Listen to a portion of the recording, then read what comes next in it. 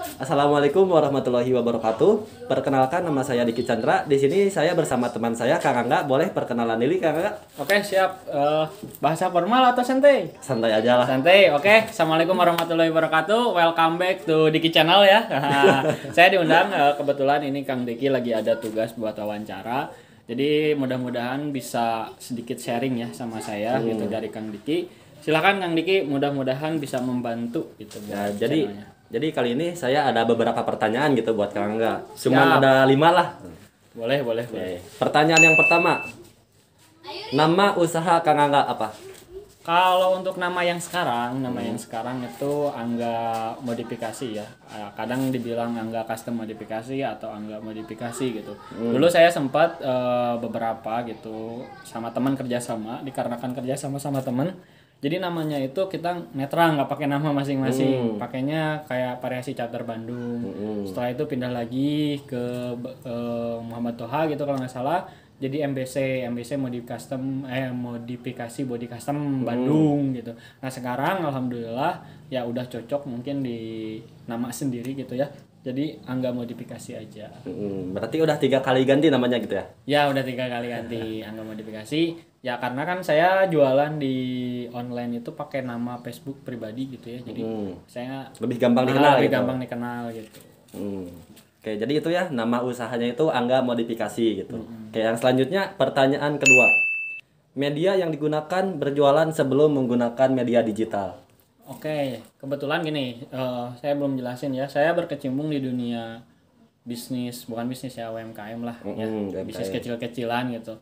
Usaha kecil-kecilan, home industry di bidang variasi motor. Jadi saya ngerubah motor-motor custom itu dari kayak Vision ke R25, Bison ke R25 gitu. Nah, dulu sebelum saya mengenal dunia digital online ya. Saya kerjasama sama teman yaitu buka yang variasi charter Bandung itu secara offline. Nah, offline itu berarti kita ada tokonya ya.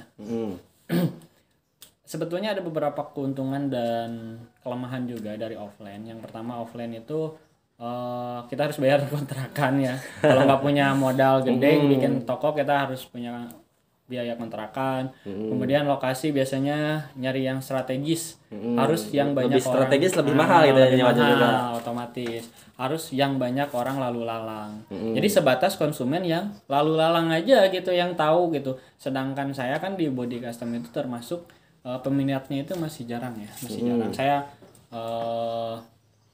sebelum itu ya lumayan agak sulit juga terkendala bagian pemasaran gitu untuk usaha ini gitu Kang Diki. Jadi sebelum menggunakan dunia digital saya offline di Cipedung di Soreang gitu. Itu saya numpang ke temen. Saya numpang ke temen. Berarti media yang digunakan sekarang itu Facebook, Nah, Instagram. sekarang saya kan dulu saya kenal sama beberapa orang. Saya termasuk orang yang menikmati komodifikasi.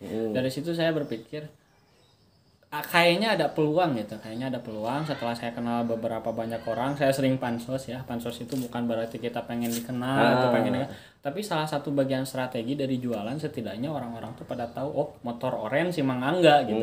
Motor oren si Mang Angga. Si Mang Angga Emang Kak, di Bandung juga sering ada nih. Saya pas liatin foto Angga, orang lain pada tahu gitu. Oh ini temennya teman saya katanya. Nah itu kan motornya si Mang Angga kan banyak yang ngepoin tuh Facebook. Cetuk pas ngepoin Facebook saya, ternyata saya jual body custom gitu. Oh iya dia jual body custom. Makanya sebetulnya saya lebih ramai di Facebook ya. Saya jualan di Facebook. Dulu itu kalau saya mau posting iklan itu saya masuk ke grup sana sini, pansos sana sini gitu ya. Nah sekarang Facebook udah lebih praktis lagi. Ada yang dinamain marketplace ya. Marketplace itu kita posting dan itu khusus untuk iklan jual beli. Jadi marketplace itu biasanya marketplace nih, Mang Diki biasa buka make up misalkan. Nah, yang sering muncul di marketplace Mang Diki itu make up. Nah, sedangkan saya kan body custom motor.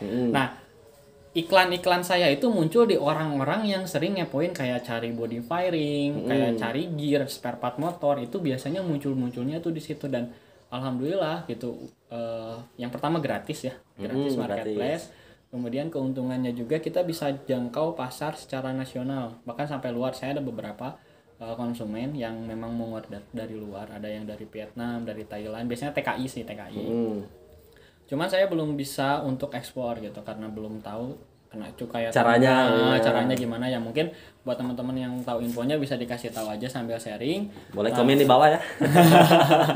Nah itu Kang Diki, terus saya merambah ke Instagram. Kemudian kebanyakan gitu sih, Facebook, Instagram. Kalau untuk Bukalapak Rekber ya, bukan Bukalapak lah. Iya, Saya nggak rekening nyebutin bersama merek. lah. Nah Rekber itu kayak via merah, via hijau gitu ya. Iya. Bukannya nggak mau, tapi ada risiko. Risikonya kayak gini. Saya kan sistemnya PO Kang Diki. Sistem PO. Paling cepat pengerjaan itu 2 minggu. Paling lama itu sekitar 3 minggu. Tapi yang namanya kerjaan kan nggak tahu, apalagi cuaca kayak gini. Mau naik cat susah. Sedangkan di situ kan, misalkan saya masukin 2 minggu nih di Rekber. Ternyata 2 minggu barang saya nggak selesai. Padahal udah naik cat, otomatis auto cancel kan. Oh, jadi kalau misalkan terlambat dari perusahaan, auto cancel, uang kembali ke nasabah atau ke si pembeli itu yang menggunakan jasa Rekber. Saya bingung mau ngejual barangnya lagi gimana. Nah, kayak gitu. Jadi takutnya itu terkendalanya dari waktu, karena pengerjaan seperti ini nggak bisa pastinya, itu nggak bisa diprediksi gitu. Paling cepat 2 minggu, paling lama 3 minggu. Tapi kalau cuaca kayak gini bisa nyampe sebulan. Terlebih kalau misalkan kita pakai Rekber itu kita kirim barang dulu nih, kita kirim barang. Kalau misalkan barang rusak di jalan kan diretur. Nah, ada resiko itu, yang kemudian cairnya juga lama, duitnya muternya lama lagi gitu. Muter modalnya lama lagi. Tapi ada keuntungan juga via Rekber itu kita lebih dipercaya gitu. Untuk beberapa misalkan teman-teman nih yang memulai usaha digital menggunakan Rekber, sangat direkomendasikan kalau misalkan barang-barangnya yang kecil-kecilan lah, misalkan yang under 1 juta, terus kemasannya kecil. Kalau saya kan kemasannya gede gitu. Nah itu enak, jadi konsumen itu mudah untuk kita dapatkan, karena kebanyakan sekarang kan ada beberapa oknum yang jual beli online itu penipu ya. Nah jadi was-was kalau nggak pakai Rekber. Ya, jadi saya saranin kalau teman-teman misalkan mau buka usaha, produk-produknya misalkan bukan di produk yang di atas 2 juta, terus spare partnya gede, atau misalkan barangnya gede, ya pakai pakai Rekber itu pilihan yang paling tepat sih menurut saya. Kalau saya nggak pakai, alhamdulillah, karena itu teman-teman udah kenal di Facebook, udah kenal di Instagram, jadi gampang. Jadi saya kalau misalkan ada konsumen yang ragu, posting aja lah, Facebook saja gitu, tanyain di grup-grup Pixen atau Bison lah, nanti juga banyak yang bantu jawab gitu. Kemudian tips buat teman-teman yang mau jualan online, berkecimpung lah di dunia yang teman-teman jualin gitu. Contoh misalkan teman-teman kayak saya di dunia body motor ya, saya ikut sama meskipun orang-orang udah capek sebetulnya ya, udah capek, pegel badannya, enak naik metik gitunya. Baru-baru ini saya lihat postingan Angga keluar dari komunitasnya ya. Saya keluar dari komunitas. Dulu saya ikut komunitas kayak Pulpering Indonesia, Pulpering Bandung. Ya salah satunya kan tujuannya memang saya pengen tahu nih pasaran kayak gimana, permintaan pasar.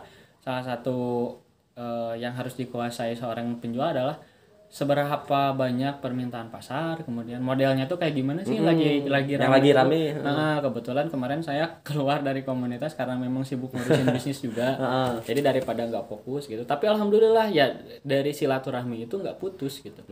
Saya kenal sama orang Jakarta, sama orang Batam, orang Papua gitu, dari media sosial. Jadi teman-teman jangan hanya saja jualan gitu, tapi coba teman-teman terjun ke dunianya. Nanti teman-teman tahu, oh saya harus perbaiki di bagian ini, saya harus jualnya ini, oh yang lagi rame ini nih, misalkan seperti itu gitu.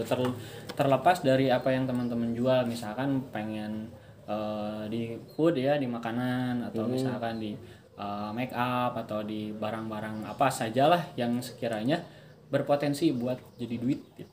Oke, itu mungkinnya dari pertanyaan yang sebelumnya. Lanjut ke pertanyaan ketiga. Oh, panjang ya? Gak apa-apa lah. Biar panjang durasinya.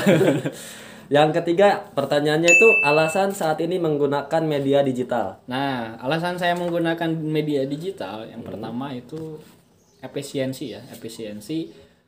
Dulu orang kayak mungkin Mang Diki juga pernah ngalamin di zaman dimana kalau di TV itu banyak iklan-iklan kayak jual produk kayak gitu kan. Di emang TV. Sekarang juga banyak. Masih aja lah, tapi di TV-TV yang swasta, yang nasional udah jarang. Oh ini gini. Nah untuk para penjual kayak kita, kalau pengen posting ke tipping ya ngapain Biayanya gitu gimana mahal, biayanya ya. ngapain. Nah sekarang udah eranya digital Mang Diki, banyak promo, terus rekber juga ada. Tapi jangan salah loh, TV juga digital itu. Iya maksud tuh zamannya di apa ya digital online mungkin ya. Ya, itulah. Bahasanya nggak tahu. Lebih mudah. Jadi Oke, mohon maaf barusan ada kendala ya, kameranya tiba-tiba mati. please standby. Oke, kita lanjut aja ya ke pertanyaan keempat. Pertanyaan Oke. keempat. Untuk mempersingkat waktu juga. Mengefektifkan waktu. Oh, iya, Waktu benar. tidak bisa dipersingkat. Benar. Ada mahasiswa dulu saya. Oke, pertanyaan keempat, bagaimana peningkatan hasil sebelum dan sesudah menggunakan media digital? Kalau dari usaha itu sebetulnya tidak ada patokan lagi rame atau enggak ya. Cuman kalau dari patokan lebih rame mana mungkin ya. Pertanyaannya lebih saya lebih pengen dikit. Lebih rame mana offline sama online gitu ya. Sebelum menggunakan jasa online sama yang sesudah jasa online. Sebetulnya sangat berpengaruh buat saya. Sangat berefek gitu ya. Karena ya saya tadi bilang konsumen saya 70% sekarang dari luar Bandung, gitu, dari luar Bandung, apalagi dengan era yang sekarang kirim barang mudah, kemudian bisa transfer nggak usah, bisa video call, PC, bisa minta kirim video atau foto. Untuk zaman dulu kan susah. Kalau sekarang kan orang-orang rata-rata udah memakai smartphone ya. Smartphone orang udah pegang HP ya udah gitu. Anteng gitu. Jadi sangat berpengaruh dan income ke sayanya juga ya lumayan, jadi alhamdulillah jadi makin tinggi gitu ya.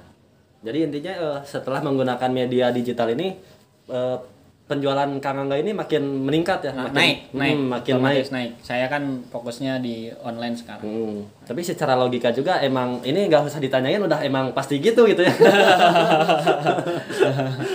Ya tergantung juga sih Kang Diki, kalau misalkan Kang Diki nanyain pengusaha UMKM di pasar yang jualan sayur, rame mana online sama offline? Bener. Dia jawabnya offline. Jadi tergantung dari barang apa yang kita jual. Saya rame online senang ngirim beli sayur kangkung 3 bungkus gitu. Online, biar ongkos. Jadi tergantung lah. Tergantung barang berarti. Jadi tergantung teman-teman, kalau balik lagi, kalau teman-teman mau menggunakan media digital harus tahu dulu permintaan pasar dan pasar mana yang mau teman-teman jangkau. Kalau saya kan pasarnya pasar nasional gitu, pasar Indo, para pecinta modifikasi se-Indonesia. Nah kalau tukang jualan UMKM misalkan kayak tukang sayur kan tujuannya orang yang datang ke pasar gitu, yang mau beli sayur gitu. Oke. Mungkin pertanyaan yang kelima ini bukan pertanyaan sebenarnya, yang kelima saya salah baca. Yang kelima ini masukan saya terkait usaha Kang Angga. Oke, jadi tadi setelah saya dengar langsung dari Kang Angga, mungkin pemasarannya itu sebelumnya bukan menggunakan, tapi di toko-toko atau di offline. Kalau offline kan lebih mahal, kejangkauannya juga jangkauannya lebih sempit gitu ya kalau itu. Biaya harian juga. Terus menggunakan media digital sekarang. Nah, media digitalnya itu sekarang Kang Angga menggunakan Instagram, Facebook dan juga WhatsApp lah mungkin ya. WhatsApp itu 3 sih sebetulnya. Mungkin nih saran dari saya, daripada cuman pakai Facebook, WhatsApp sama Instagram, mungkin bolehlah dibuatin websitenya gitu biar orang-orang itu lebih mudah cari katalog produknya gitu. Nah, itu sih. Ya, makasih banget buat masukannya. Kebetulan saya juga pengen mulai ke website gitu. Ya, terkendala dengan kapasitas saya nggak bisa kalau bikin ini ya, mungkin teman-teman ada yang bisa bantu. Saya juga siap. Ada pulusnya, tenang gitu. Terus ya makasih juga gitu, kemarin juga ada teman-teman yang nyaranin termasuk Kang Diki juga kan, Mangga kenapa nggak bikin channel channel YouTube. Ini udah bikin nih baru kaosnya. Channelnya belum rilis tapi udah ada yang ngedahuluin, ada oknum lah gitu. Ada oknum yang ngedahuluin bikin Angga modifikasi. Jadi itu unsub aja ya, report bareng-bareng. Itu aja Kang Diki, gimana? Baik, mungkin sudah cukup jelas lah mungkin dari pertanyaan yang pertama sampai ke yang terakhir gitu ya. Baik, mungkin hanya itu yang bisa saya tanyakan kepada Kang Angga langsung. Untuk selebihnya mungkin bisa komentar di bawah ya. Oh iya, jangan lupa follow Instagram saya Diki.Chandra_ dan Kang Angga modifikasi. Ya, siap, Facebooknya nanti nyusul. Siap. Makasih Kang Angga. Oke, thank you. Sip, salam. Pesan terakhir buat dosen, jangan kasih tugas yang ribet-ribet lah, deadline agak lamain dikit lagi pandemi. Banyak Terima yang kasih cari Kang duit. Angga. Sip, ayo.